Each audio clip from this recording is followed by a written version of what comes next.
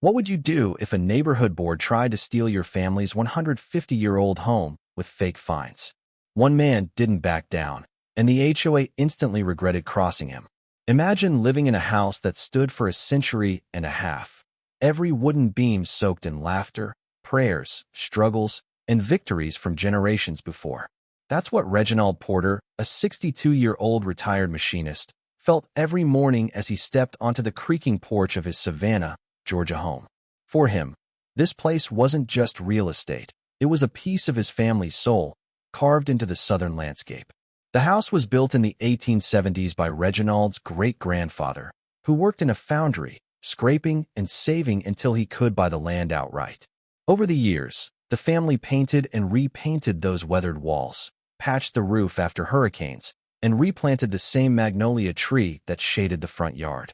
Every fix wasn't just maintenance. It was an act of preservation. Reginald's father always said, "This house is our anchor.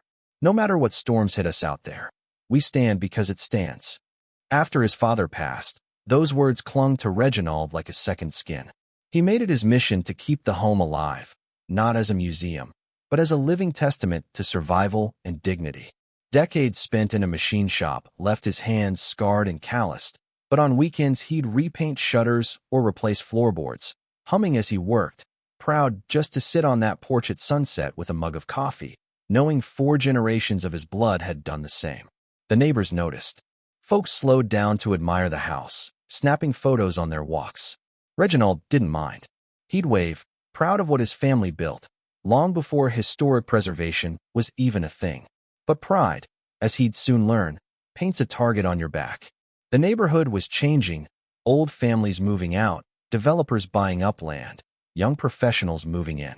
And with them came the Homeowners Association, a board determined to stamp uniformity on every house. Lawn heights, fence types, paint colors, everything had to match, or else. For some, it brought order. For others, like Reginald, it felt like control. His house predated the HOA by over a century. He figured that alone earned him an exemption. How could a group formed in the 90s dictate to a home that had survived wars, hurricanes, and social upheaval? Still, he kept things tidy. Grass cut, porch swept. He wasn't about to let the place fall apart. But then came the notices. At first, they seemed like a mistake. A letter saying his shutters were non-compliant. A warning about his driveway being too wide. Reginald chuckled and tossed them. His house wasn't even built to their design specs. But more letters arrived, each one sharper, each one threatening fines. Soon, the dollar amounts at the bottom started ballooning. $500, $1,200, $2,000. The first real showdown didn't happen over mail. It happened under the flickering fluorescent lights of an HOA meeting.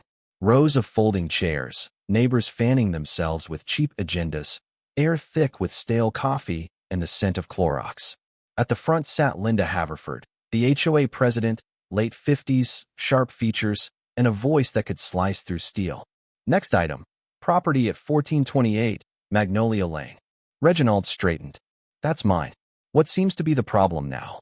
Linda peered at him, glasses glinting. "Mr. Porter, your shutters do not comply with the approved color palette, and your driveway exceeds maximum width. You have 30 days to correct, or the fines continue."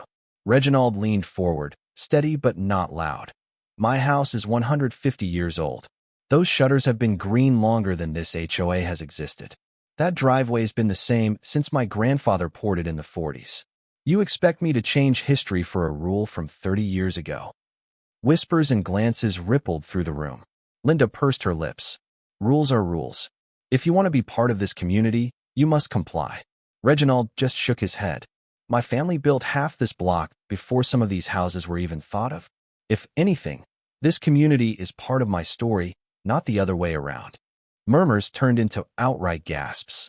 Linda, and used to push back, smacked the gavel. "Order. The fines stand. 30 days. Meeting adjourned." Pressure mounted. More envelopes from the HOA, each one more aggressive. The balance climbed. $2, $200, $3,600. One Saturday, while fixing his fence, Reginald turned to see Linda on his property, clipboard in hand.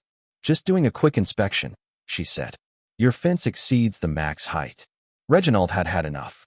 This fence has stood since 1972. You're not protecting property values. You're targeting me. Linda's tone chilled. If you feel that way, perhaps this isn't the right community for you. He didn't back down. This house is my family's blood. I'm not leaving. He soon realized the battle was bigger than paint or fence posts. It was about power. The HOA's campaign intensified. Letters arrived like clockwork, each one more menacing. Fines ballooned to $4,200. Reginald couldn't ignore it any longer. He stormed down to the HOA office. "This is harassment, not enforcement," he said, slamming a stack of letters in front of Linda. "The rules apply equally," she replied. "Then why am I the only one getting fined for things that were never issues before?" She smiled coldly. "If you can't afford to live here, maybe you should sell." "Sell to who?" "You," he shot back. "This house isn't leaving my bloodline." She smirked. "Then prepare for consequences." Reginald left feeling more alone than ever. The neighbor's stares felt sharper, the air heavier. Even the magnolia tree in his yard seemed unable to comfort him. Desperate, Reginald called his niece, Monique Ellis, a sharp attorney in Augusta. "Uncle Reggie," she said, "they're setting you up. This isn't about compliance, it's about control. I'm coming down this weekend." For the first time in weeks, hope flickered.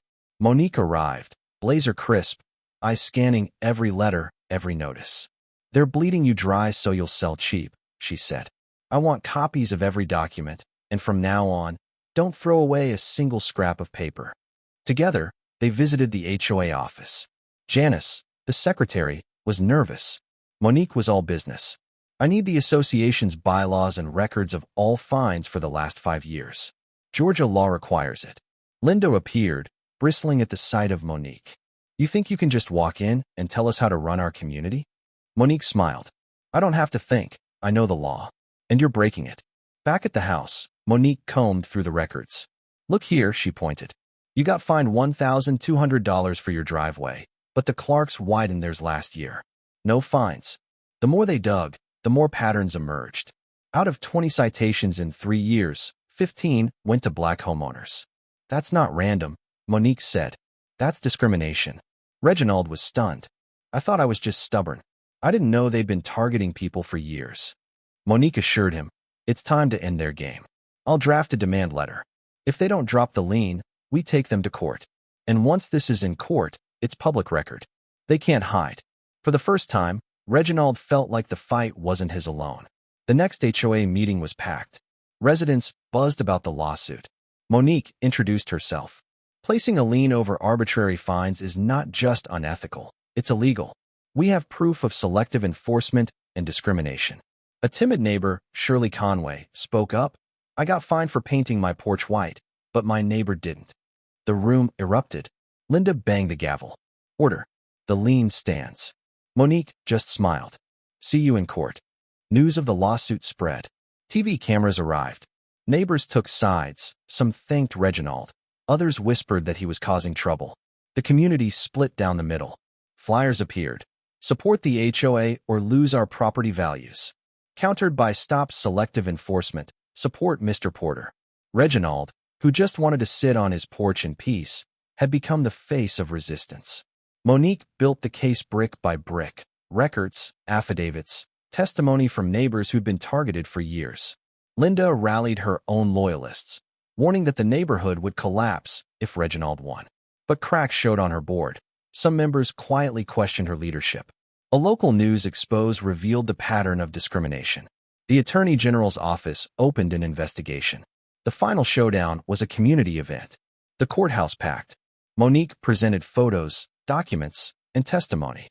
The judge listened, then finally spoke. "It's clear this association engaged in selective enforcement. The lien is void. Fines are to be refunded. An independent audit is required." The courtroom erupted. Linda sat pale and silent. Outside, neighbors cheered. Shirley Conway, with tears in her eyes, thanked Reginald for saving everyone from living in fear. That evening, Reginald sat on his porch with Monique. The magnolia tree rustled overhead. "Turns out, Grandpa was right," he said. "This house kept us steady through every storm." Monique smiled. "Now it's more than an anchor. It's a symbol." Reginald nodded. "Maybe this old place has a few more stories left to tell." The fight was brutal, but worth it. When you protect your legacy, you're protecting everyone who comes after you. So let me ask you, if you were in Reginald's shoes, would you have stood your ground? What's more important, community order or individual rights? Drop your thoughts below. Where do you draw the line? Would you back down, or would you fight like hell for your family's legacy? Share your own HOA horror story. Let's get the debate going.